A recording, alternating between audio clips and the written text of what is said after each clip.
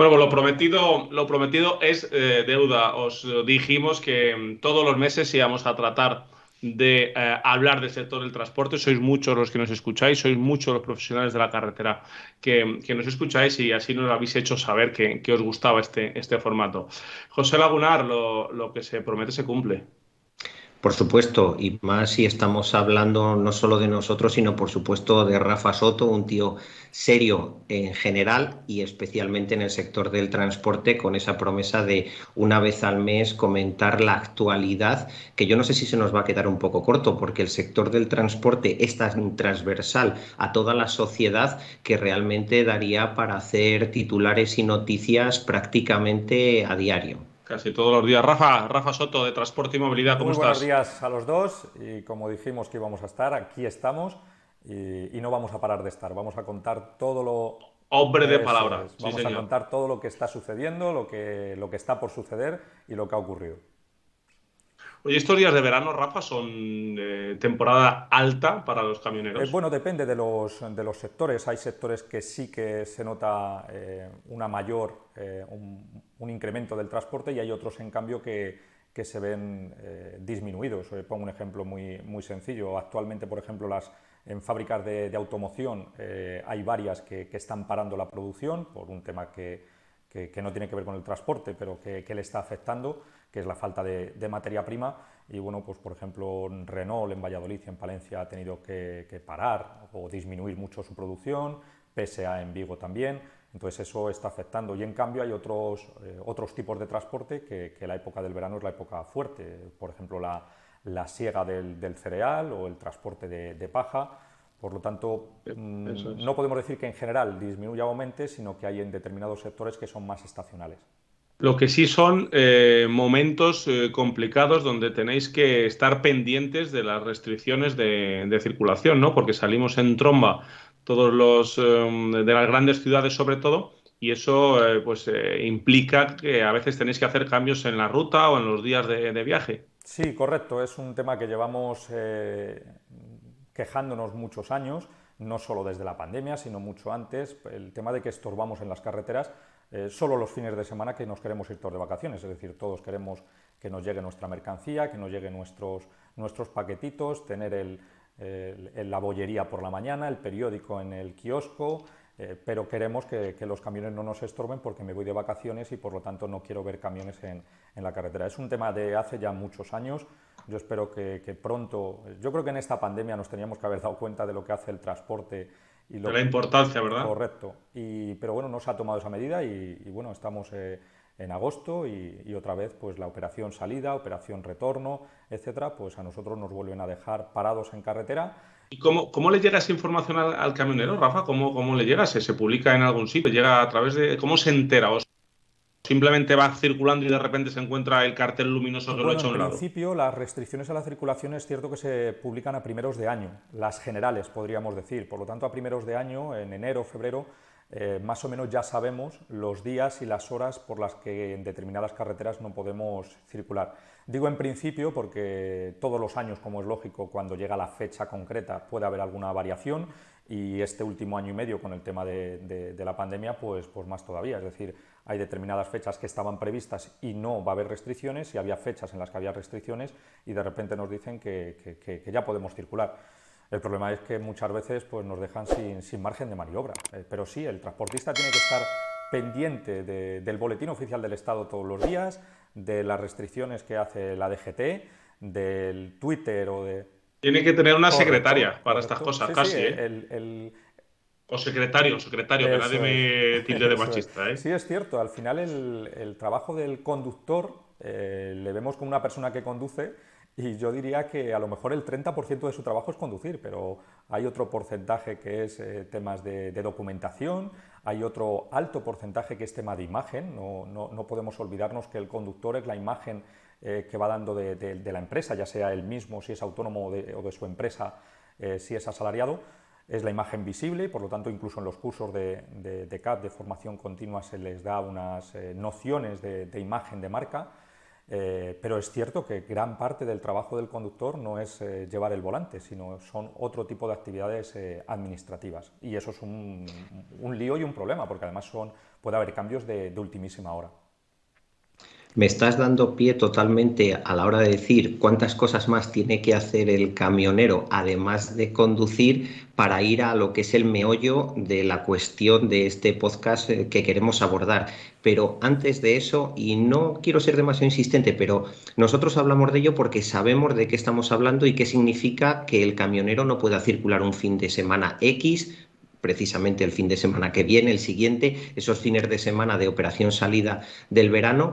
Yo recuerdo que tengo un amigo camionero, solo tiene 3 camiones y se dedica al transporte de ganado, y recuerdo hace unos años que un viernes le llama por teléfono el chofer a mediodía tomando café tranquilamente, cuando se podían hacer estas cosas sociales, y le dice: oye, que es que he tenido acumulados retrasos y voy con el camión lleno de cochinos y no me da tiempo a llegar al matadero, me faltan 2 horas. ¿Qué hago? ¿Paro o nos la jugamos? Porque está muy bonito el hecho de decir, bueno, pues prográmate. Sí, sí, prográmate, pero si cuando vas a cargar los cochinos hay un problema, y te digo esa carga como puede ser cualquier otra, tienes un problema o simplemente una avería en el elevador, que fue lo que le pasó a este chico, y hasta que lo arreglaron tenía 2 horas de retraso. ¿Qué hace ese camionero? ¿Se juega la denuncia? Y ojo, con animales vivos, en verano puedes detener ahí un fin de semana entero esos animales. Bueno, en principio con el transporte de animales vivos se tiene un poco más de consideración. Incluso ha habido casos que los propios agentes pues dicen que sigas circulando. ¿Por qué? Porque estamos hablando de que ese camión, si se queda parado, pues no es que se pare la mercancía, es que se mueren los animales. Pero efectivamente el problema que tenemos es que aquí se habla de unas horas de conducción del tacógrafo y por lo tanto nos obligan a utilizar al máximo esas horas de conducción, pero no se cuenta con el tiempo de otros trabajos, como tú bien te refieres, la carga y la descarga, imprevistos que ocurren en el día a día, y eso es un problema muy serio, porque tú te puedes programar la semana y tú puedes pensar que el viernes, el último día, vas a hacer 9 horas y vas a llegar antes de las 3 de la tarde a tu casa para que ya no te pille esa restricción de las que puede coincidir algún fin de semana de operación salida, operación retorno, y de repente en la carga, que además es algo que exigimos en el transporte, que las horas de carga y descarga se cumplan. Ya no solo luego hablaremos de la obligación de cargar y descargar, pero que se cumplan las horas de carga y descarga, porque nosotros tenemos planificados unos tiempos para llegar a nuestro destino. Y el problema es que si no llegas a tu destino, primero la mercancía no llega, que es en lo único que piensan los cargadores, pero la gente no se da cuenta que ese conductor se queda tirado todo el fin de semana donde le pille. Y fijaros que incluso en los grupos, en redes sociales, mucha gente cuando se habla de esto dice, bueno, pero a ti te ha pillado cerca de casa y te han podido ir a buscar, suerte que ha tenido. Pero es que hay casos que te pillan en el extranjero, o sea, se te retrasan 2-3 horas, llegas a la frontera para entrar ya en tu país y de repente ya hay restricciones a la circulación y te tienes que quedar en la Junquera porque no puedes circular con tu camión y te quedas 45 horas, es decir, hasta el lunes que viene, desde el viernes hasta el lunes que viene. Pues sí, en un área de servicio que será muy grande, que en principio debe tener todos los servicios, que es otra historia, lo de los parking a nivel europeo, pero se queda 3 días esa persona metido en un camión sin hacer absolutamente nada. 3 días allí te hacía gracia, ¿no?, escuchar a José y a ti, ¿no?, que decías que bueno, que se tiene un poco más de permisividad cuando llevas carga animal, pero no cuando va el camionero solo. O sea, con los animales sí, con los conductores no. Eso me ha resultado gracioso. Pero vamos, Rafa, vamos a arrancar con lo que nuestros oyentes han leído, ¿no?, en el título de este programa, con quién carga y descarga el camión. Porque hemos leído últimamente unos titulares en medios de comunicación, titulares que rezaban así: Portugal prohibirá por ley la carga y descarga de los conductores, o si Portugal puede prohibir que el conductor cargue, España también. ¿Qué hay de cierto en esto? ¿Cuál es la realidad en España de la carga y descarga? Bueno, si os parece, comentamos lo que ha salido en Portugal y comentamos después lo que actualmente tenemos en España y lo que esperamos que llegue a España. La noticia es completamente cierta, la noticia ya está publicada en el boletín oficial de Portugal. Lo que pasa es que no ha entrado todavía en vigor, entra en vigor en mediados de septiembre. Pero efectivamente Portugal ha decidido prohibir, salvo en casos excepcionales, es decir, salvo casos como por ejemplo este que acabamos de comentar del transporte de animales vivos o el tema de portacoches, que los vehículos los tiene que subir y bajar el conductor, pero en determinados casos sí que lo va a seguir haciendo el conductor o una persona de la empresa transportista, pero para la mayoría de transportes Portugal ha decidido que el conductor tenga totalmente prohibido la carga y la descarga. En España, ¿cómo lo tenemos? Bueno, en España actualmente hay una ley del año 2009, la ley 15/2009 del contrato de transporte de mercancías, que ya dice que las operaciones de carga y descarga serán por cuenta del cargador, de la persona que nos ha contratado, y del destinatario o consignatario, de la persona a la que llegan las mercancías. Problema, que en esa misma frase se puso un inciso que es salvo pacto en contrario. Ese salvo pacto en contrario... Esa es la puerta a la que se agarrarán muchas empresas, ¿no? La puerta que rompieron la puerta directamente. Es decir, esa puerta no es que esté entreabierta, sino que esa puerta ya no existe. El problema es que actualmente en España, pues todos los conductores, o la mayoría de conductores, tienen que hacerse la carga y la descarga ellos mismos. La diferencia y lo que esperamos que ocurra en España es que en Portugal lo que han dicho es que si la empresa transportista se hace cargo porque lo cobre o porque lo incluya en su contrato, se haga cargo de la carga y la descarga, esas operaciones las tiene que hacer una empresa distinta al conductor. Esa es la clave de la normativa y lo que también hay que decir que vamos a ver a partir de septiembre cómo se empieza a aplicar en Portugal, porque hay muchos transportistas que van a Portugal y tienen sus dudas de que vaya a ocurrir esto así, pero la ley es lo que dice, y con sanciones muy serias. Lo que hay que ver luego es cómo se aplica. Sí, que esa es la manera de cerrar cualquier tipo de duda. Es decir, el camionero no lo puede hacer. La empresa del camionero tiene que subcontratar y de esa manera te olvidas. Es el camionero carga y descarga. ¿Cuál es el plan? No es un capricho el pedir que el camionero no cargue y descargue, es que tiene otra actividad que hacer. Correcto, al final comentaba antes de las horas que parece que la actividad principal del conductor, del camionero, es conducir y claro, si le decimos que tiene que hacer 9 horas de conducción, sin contar las paradas que tiene que hacer por el tema del tacógrafo, pero que luego además él se tiene que hacer la carga o la descarga, pues ocurre lo que tenemos aquí actualmente en España, y es que un conductor, un transportista, no trabaja las 9 o 10 horas del tacógrafo, sino que trabaja unas 15 horas. Para los cargadores, para las empresas cargadoras, el trabajo del conductor no son las 9 o 10 horas de tacógrafo, sino que lo que te preguntan es cuándo acaba tu disponibilidad, es decir, cuándo tienes que empezar a hacer tu descanso diario. Pero es que desde que arrancas tu jornada hasta que la acabas, si tienes en cuenta todo ese tiempo, estamos hablando de entre 13 y 15 horas de trabajo, bien conduciendo, bien cargando, descargando, haciendo absolutamente todo. La verdad es que, como digo siempre, no está ni reconocido, ni pagado, ni dignificado. Sí, porque si se ajustara todo a la ley y una empresa externa o la empresa que te contrata carga el camión, el tiempo de carga, ¿para qué sirve para el camionero? ¿Es tiempo que se debe dedicar al descanso? Bueno, ahí habría que hacer alguna aclaración, porque es verdad que el tiempo que estamos esperando a cargar o descargar, durante un tiempo se permitía marcar en el tacógrafo como disponibilidad, porque él no estaba participando en las actividades de carga y descarga, pero recientemente ha habido una instrucción del Ministerio de Transportes que dice que no, que ese tiempo tampoco es disponibilidad, por lo tanto no está del todo claro. En principio habría que marcarlo como otros trabajos y no le sirve para la pausa de los 45 minutos. Y sí que es cierto que si él se puede ir de donde está el camión, lo podría registrar como tiempo de descanso, pero es muy raro los sitios donde el conductor llega, deja el camión y se puede marchar hasta que le acaben de cargar. Normalmente nos obligan a estar presentes en las operaciones de carga y descarga, y por lo tanto esos tiempos de trabajo, y con una diferencia: si estoy pendiente de lo que están haciendo, estoy utilizando un tiempo que yo podría estar descansando. Si además me obligan a coger la carretilla y cargarme yo, pues imaginaros el tiempo de fatiga. Al final, todo esto de lo que estamos hablando de dinero y, lo más importante, de seguridad en la carretera.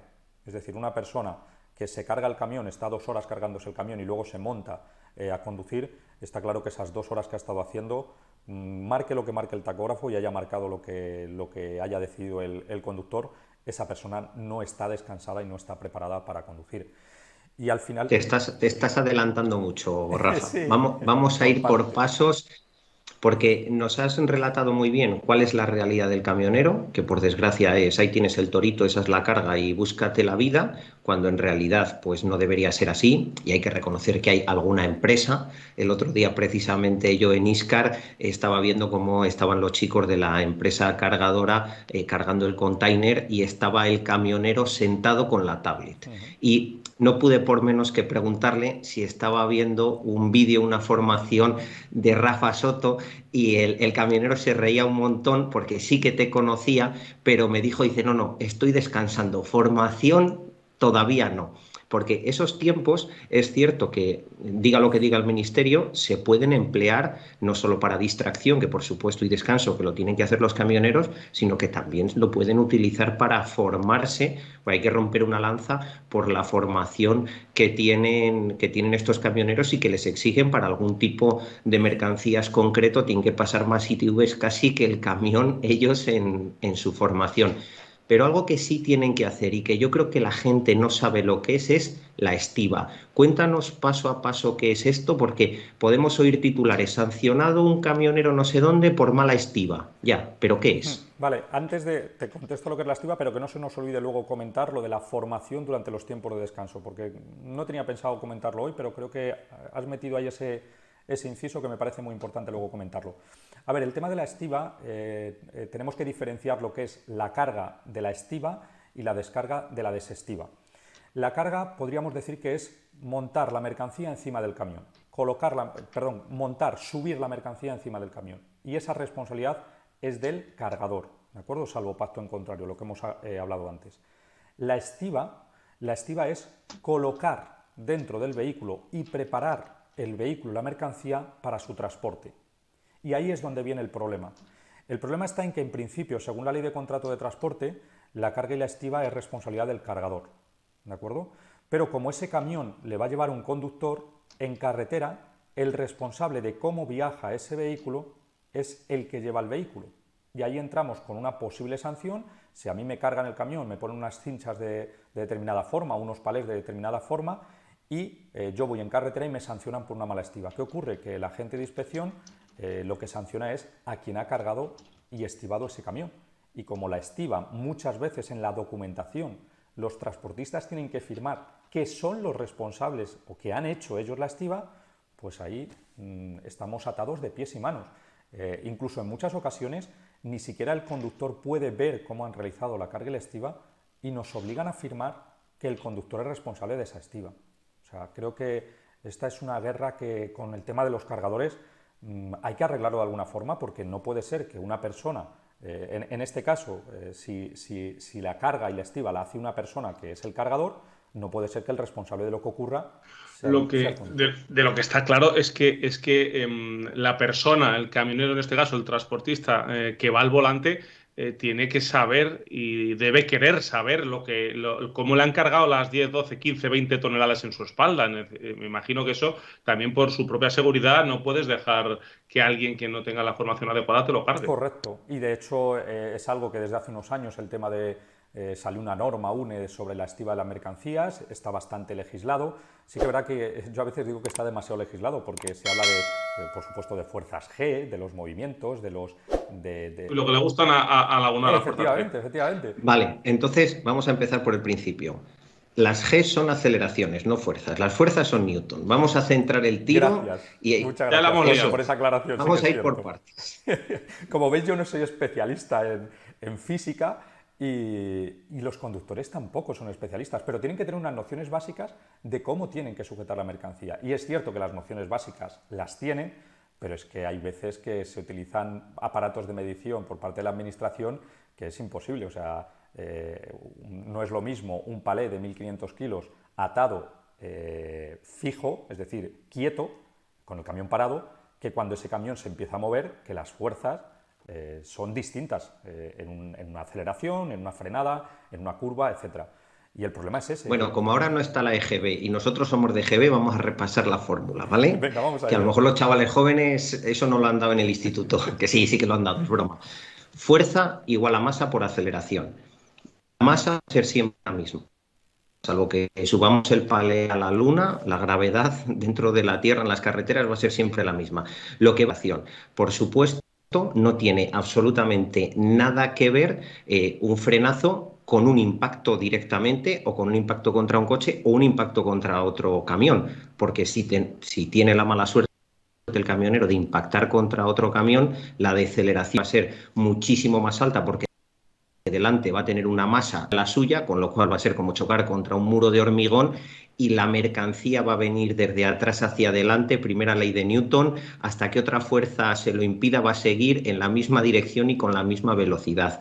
Así que es muy importante y los camioneros, aunque sea haciéndolo ellos con la cuenta de la vieja, como podemos decir, son más que conscientes del peligro de llevar una carga, una masa muy elevada atrás. Por eso son los mayores interesados en dejarlo todo bien amarrado y si hay que poner door cinchas de más, pues door cinchas de más que de menos. Correcto, incluso hay en muchas ocasiones que el conductor pide y exige al cargador que le cargue de una determinada forma, ya no solo los agarres, sino que pues si hay palés o mercancía que es más voluminosa, con menos peso, y vas a tener palés de más peso, pues la mayoría prefieren que vaya en el eje del tiro, porque así es más estable el tráiler, etcétera, etcétera. Y no es lo mismo poner un palé, si tú en un camión que de ancho entran dos palés, dos filas de palés, pues no es lo mismo que pongas a la izquierda 1500 kilos y a la derecha 700 y el cargador los pone así porque le viene bien para luego descargarlo. Es decir, hasta ese punto llegamos y claro, estamos hablando de cosas muy serias y que eso, la mercancía, como bien dices, en carreteras se mueve de una manera increíble. Efectivamente. Oye, y has hablado antes, cuando nos estabas contando qué es la estiba, que hay un responsable si en carretera se detecta un vehículo donde la carga va mal y puede ser un peligro. ¿Qué sanciones hay? ¿Cuáles son las sanciones por este problema? Que es un problema grave, puede traer consecuencias trágicas. Bueno, pues mira, aquí vamos a hablar de dos tipos de sanciones, porque incluso en el mismo momento nos pueden sancionar por dos vías diferentes. Una por la ley de transportes y otra por la ley de tráfico, porque en muchas ocasiones una mala estiba, una mala colocación de la carga puede acarrear una conducción temeraria, ¿vale? Porque se han hecho las cosas muy mal. Si hablamos de esta sanción de conducción temeraria, que nos parece lo más grave de todo, estaríamos Claro. hablando de 600 euros, si no recuerdo mal, y en algunos casos retirada de 6 puntos, que es una pasada los 6 puntos, pero bueno. Pero es que las sanciones de transportes son y además creo que lo comentábamos el otro día, son completamente desproporcionadas. En transportes, la sanción leve, la leve, es hasta 400 euros. La leve. Cuando la Sí, más sí, sí. grave en tráfico son 600. En transportes, la sanción más grave son 6.000 euros. O sea, una mala estiba, si te ponen conducción temeraria por tráfico, además, la empresa responsable de la carga, que ya hemos dicho que dependiendo de los contratos es una parte o es otra, va a tener una sanción desde 1.001 a 6.000 euros. Pero repito, que aquí lo importante para mí no es el dinero, para mí lo importante es la seguridad, pero también que sepamos del tipo de sanciones de las que estamos hablando.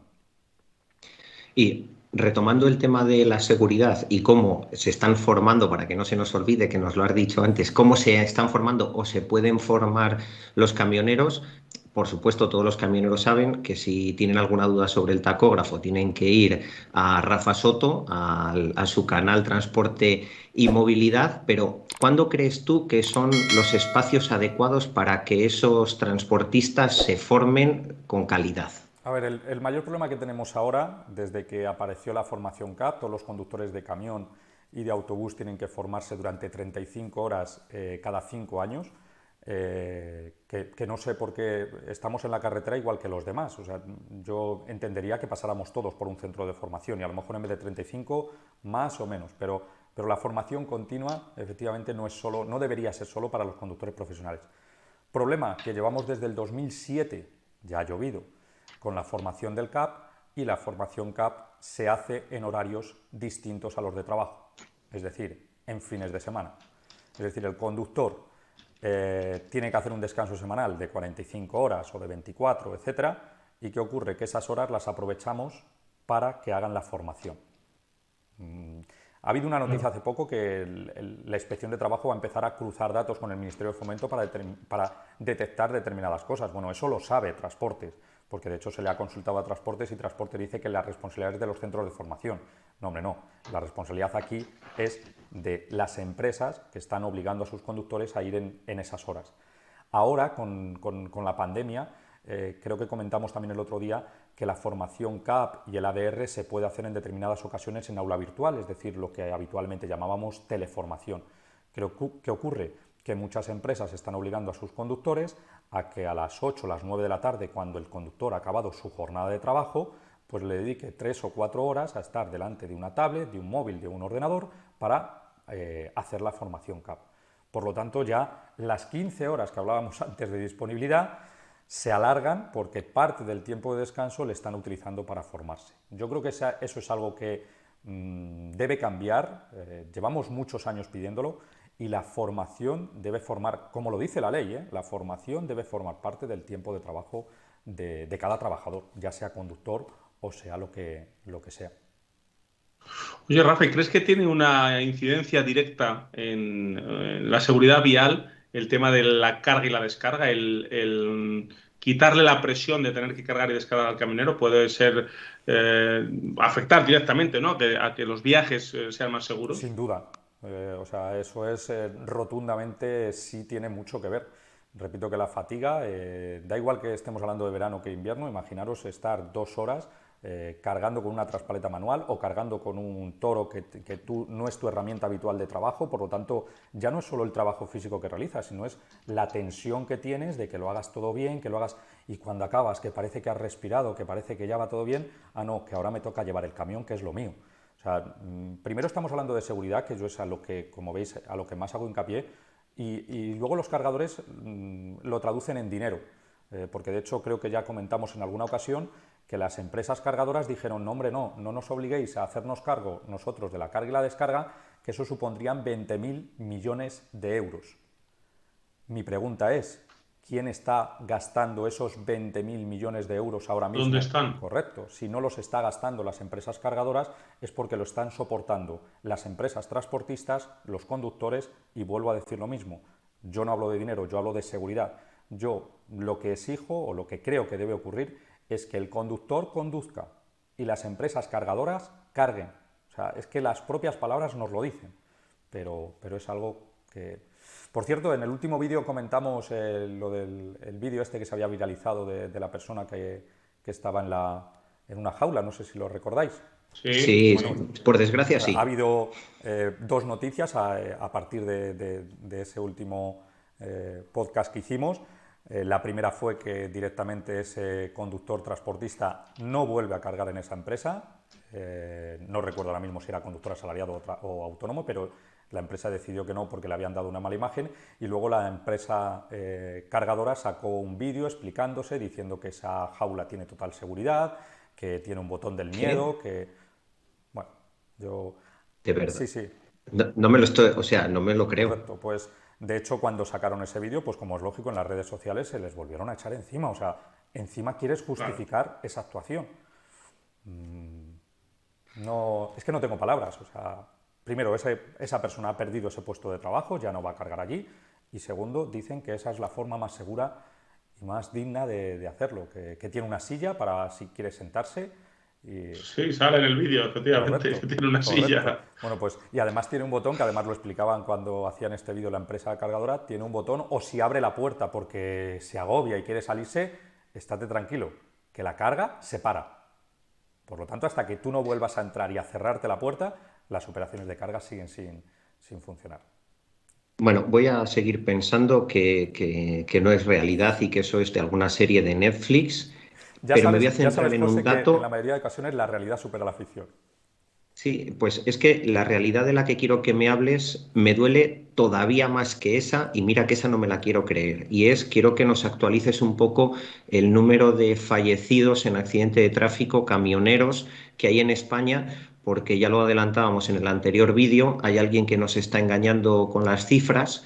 Y, por supuesto, es una administración pública, como no puede ser de otra manera, por desgracia para nosotros. Así que trasládanos cuál es la realidad de esas familias que, en fin. Que se han quedado en la carretera.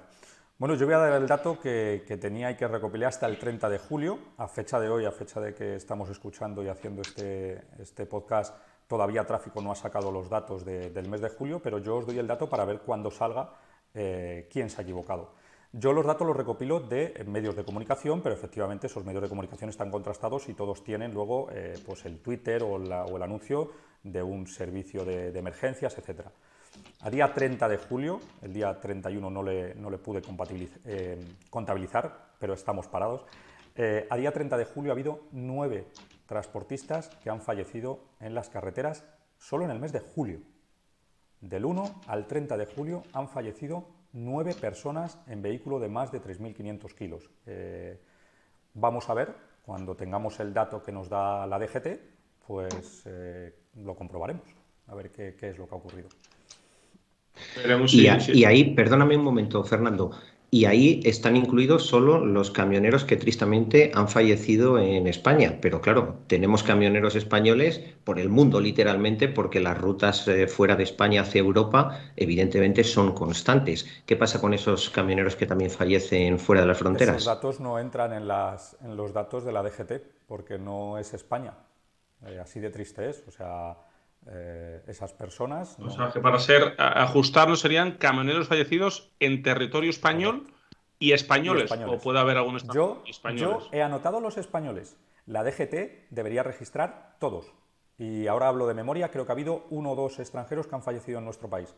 Pero yo solo he contabilizado, porque de verdad que no sé cómo tráfico cuenta sus estadísticas y he querido ser muy escrupuloso y he decidido ser precavido, y he contado solo los españoles.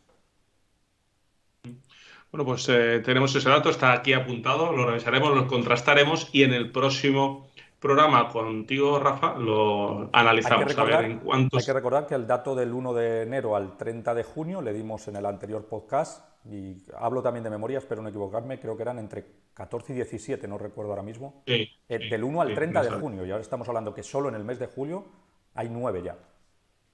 En el primer semestre.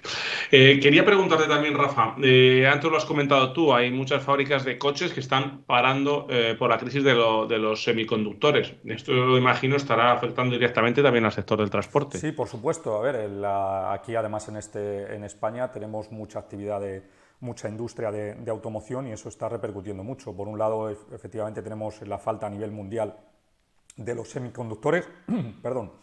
Por otro lado, además, hay falta de otra materia prima que es el silicio, que también está afectando a nivel mundial, y el problema es ese, que se para de transportar suministro a estas fábricas, se para de sacar vehículos de esas fábricas, y estamos hablando de fábricas, creo recordar que Renault, por ejemplo, va a estar prácticamente mes y medio con actividad muy básica de producción, no voy a decir nula. Sí. De momento, hasta mediados de septiembre, prácticamente parados de momento, Pues fijaros los camiones que entran en Renault, los camiones que habitualmente salen de Renault, y esos camiones ahora mismo, además, se tienen que buscar la vida, claro, porque tú tienes un camión y de repente te dicen que este mes y medio no vas a cargar ahí, pues a buscarnos otras actividades. O sea que la única alternativa que tiene el camionero que trabaja para el sector de la automoción, salvo alguna rara excepción, es, bueno, de hoy para mañana me he quedado sin trabajo, aunque tenga un contrato firmado y aunque tenga lo que sea, y la única solución es me busco la vida o me embargan el camión porque no puedo pagar las letras. Así de sencillo, así de duro y con un pequeño apunte. Si de repente tú te buscas otro trabajo y de repente la semana que viene te dice Renault, otra empresa, no quiero...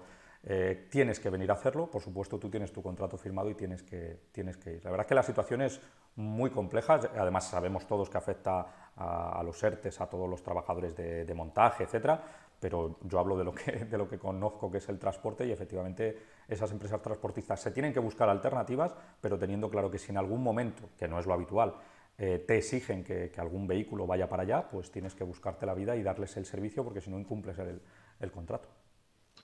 Nos espera un final de año movidito, y complicado. Movidito. Estamos acostumbrados. Y en el sector... Sí, no, pero a ver, es un sector en el que hay muchísimos autónomos, muchísimas empresas familiares que a lo mejor solo tienen un camión o que tienen 3 camiones, pero hay otras que sí que tienen muchos más camiones.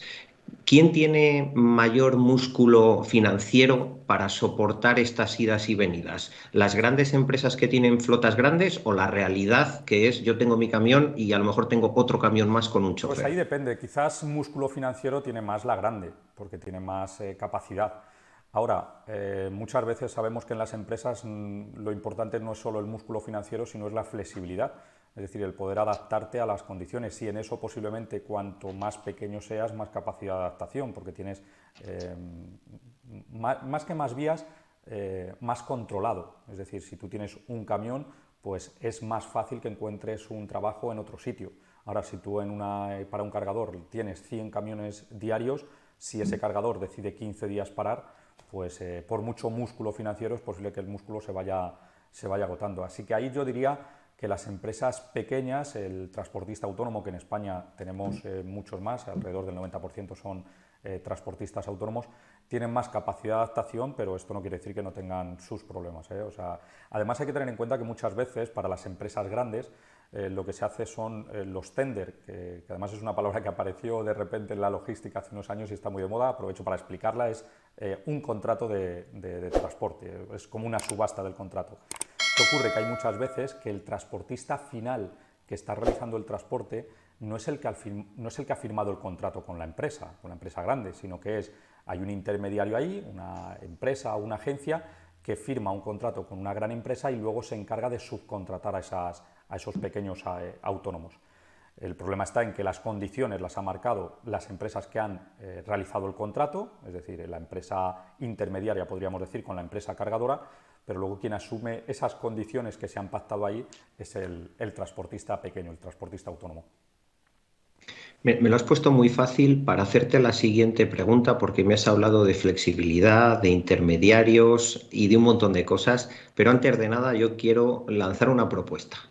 Imagínate que todos los autónomos de España hacemos huelga un día. Un día, todos, los del transporte, los de la agricultura. Es que aquí estamos tres personas y los tres somos autónomos. A lo mejor la administración empezaría a vernos con otros ojos solo estando un día de huelga. Correcto. Completamente Y de ahora acuerdo.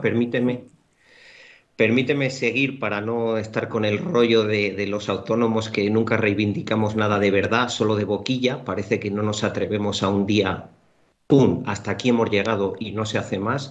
Con el tema de la flexibilidad y de lo de las pujas, los intermediarios, lo que se me viene a la cabeza es Amazon. Y a lo mejor nuestros oyentes dicen, bueno, ¿qué tiene que ver Amazon? Que yo pido un bolígrafo por el teléfono y si estoy en Madrid o en Barcelona, en 3 horas tengo mi boli en la puerta de mi casa. A ver, Amazon al final es muchas cosas, pero es un monopolio logístico brutal que precisamente en Valladolid hay otras ciudades donde ya está muy implementado. En Valladolid están ahora haciendo un centro logístico grande.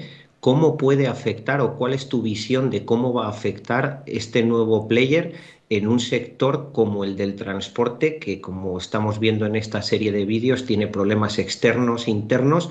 ¿Y Amazon qué es? ¿Una oportunidad o una amenaza? Las dos cosas.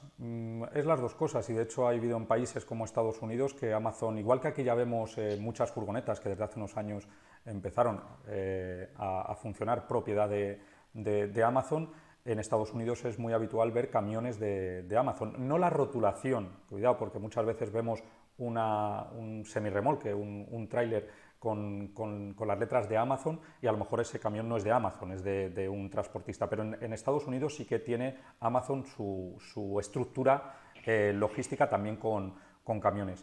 Eso puede ser una oportunidad o puede ser una amenaza brutal.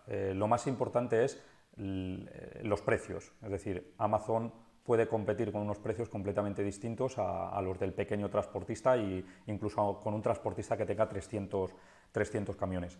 Entonces, yo ahí siempre digo que esto ha llegado para quedarse. O sea, está claro que la mayoría intentamos consumir menos en Amazon y consumir más en el pequeño comercio, en el comercio local y de cercanía, pero yo creo que todos compramos de vez en cuando. Perdóname, eres un optimista.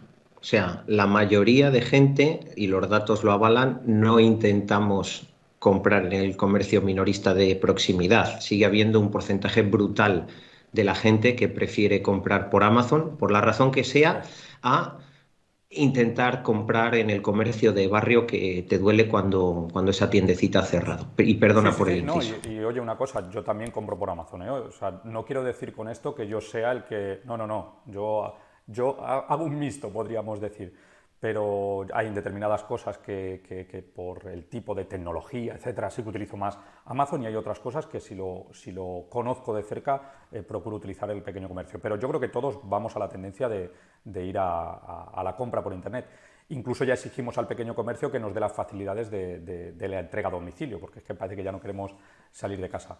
Pero efectivamente, o sea, lo que comentabas es, o lo que me preguntabas es, ¿eso es una amenaza o una debilidad, una oportunidad?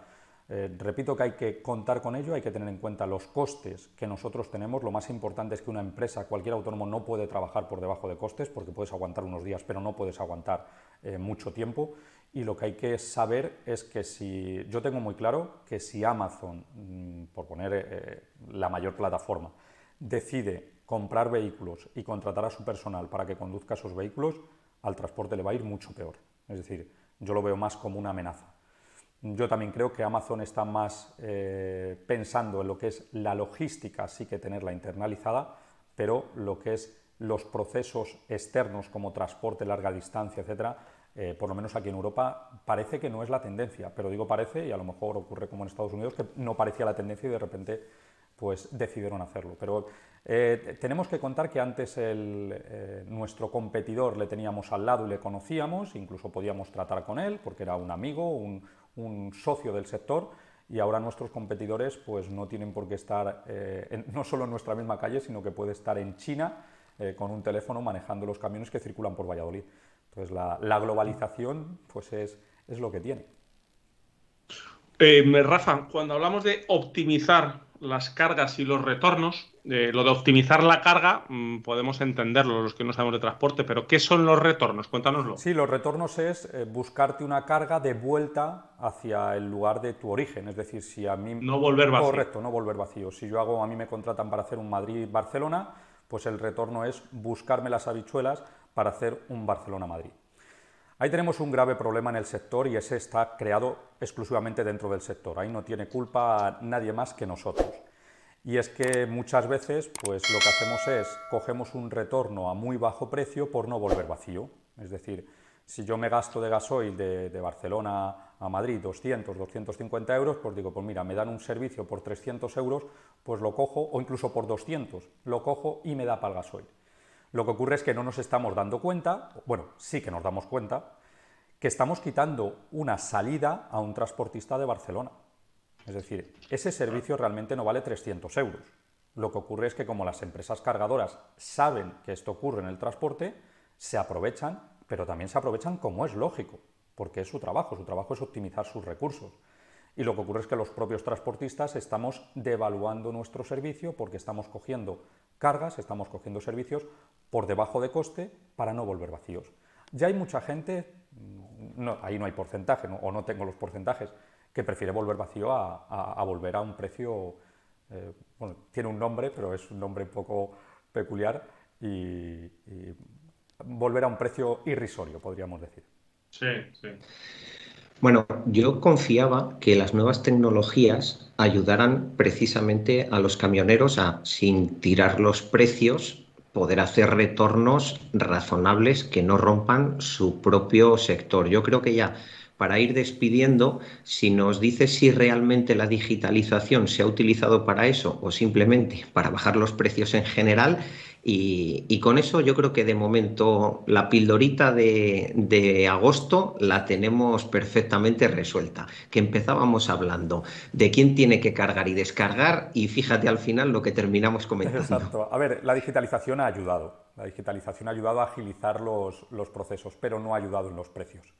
Los precios, efectivamente, hay muchas bolsas de cargas digitales donde tú te metes, te registras y te buscas tus servicios. ¿Qué ocurre? Que, como he comentado antes, pues las cargadoras, como saben que los precios, la gente busca retornos, pues lo que hace es, primero pongo un precio y si veo que no me lo cogen, pues dentro de un par de horas le subo un poquito más el precio.